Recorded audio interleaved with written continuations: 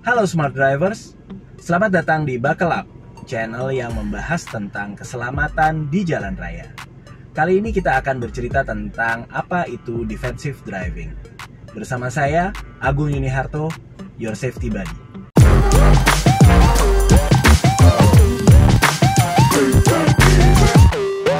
Defensive driving dalam bahasa Indonesia secara letterlek bisa diartikan sebagai mengemudi bertahan.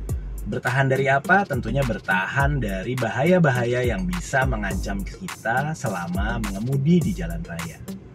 Sikap pengemudi defensif bisa diartikan sebagai sebuah keterampilan, teknik, dan sikap yang diterapkan oleh seorang pengemudi dalam menekan resiko kecelakaan yang bisa menimpanya dan mempraktekkan teknik mengemudi yang mengutamakan keselamatan. Tentunya ini melibatkan kesadaran akan adanya potensi-potensi bahaya di jalan raya, kemudian juga antisipasi terhadap perilaku pengguna jalan lain, dan tindakan-tindakan proaktif untuk mencegah terjadinya kecelakaan atau tabrakan. Tujuan utama defensive driving adalah melindungi diri sendiri, penumpang, dan juga pengguna jalan lain dengan mencegah kecelakaan secara aktif. Ini tentunya menekankan pada mengemudi yang bertanggung jawab. Misalnya dengan mematuhi peraturan, kemudian menjaga jarak, dan juga fokus pada tugasnya sebagai pengemudi.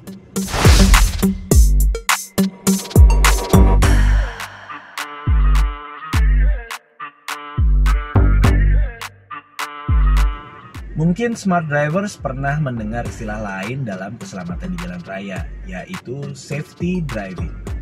Apa bedanya dengan defensive driving? Ada yang mengatakan bahwa secara umum safety driving berfokus pada hal-hal yang lebih teknis, seperti misalnya perawatan kendaraan, kemudian cara teknik mengemudi, dan juga mematuhi peraturan-peraturan lalu lintas. Sementara defensive driving berfokus pada perilaku mengemudi itu sendiri. Jadi bagaimana seorang pengemudi bertanggung jawab untuk memastikan membawa kendaraan dan penumpang dari satu tempat ke tempat lain tentunya dengan selamat.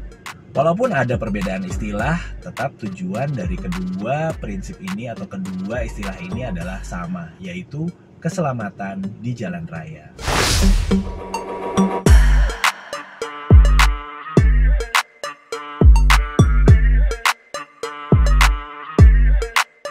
Oke Smart Drivers, sekarang kita akan melihat apa saja prinsip-prinsip utama dalam defensive driving. Yang pertama adalah kesadaran situasional, artinya mengetahui situasi dan kondisi yang ada di depannya serta mengenali potensi bahaya yang ada di sekeliling kendaraannya pada saat dia berjalan di jalan raya. Yang kedua adalah merencanakan dan antisipasi tindakan atau kejadian yang terjadi di sekitar kendaraannya ketika dia berkendara. Kemudian juga menjaga jarak aman. Tentunya jarak aman ini penting supaya tindakan yang dilakukan bisa dilakukan dengan selamat. Berikutnya adalah mengendalikan kecepatan. Ini terkait dengan situasi dan kondisi jalan serta arus lalu lintas. Karena mengemudi kencang di tengah lalu lintas yang lambat sama bahayanya dengan mengemudi lambat di tengah arus lalu lintas yang berjalan cepat. Kemudian mengurangi gangguan internal seperti misalnya penggunaan handphone baik teks maupun menelpon. Kemudian juga gangguan-gangguan dari sisi penumpang misalnya ngobrol berlebihan dan juga beberapa gangguan-gangguan yang bisa kita minimalkan. Berikutnya adalah selalu melakukan pemeriksaan atau pengecekan ke kaca spion untuk mengetahui situasi selain arah depan tentunya untuk melihat di arah belakang kita kejadian-kejadian apa atau ada potensi bahaya apa di belakang kita.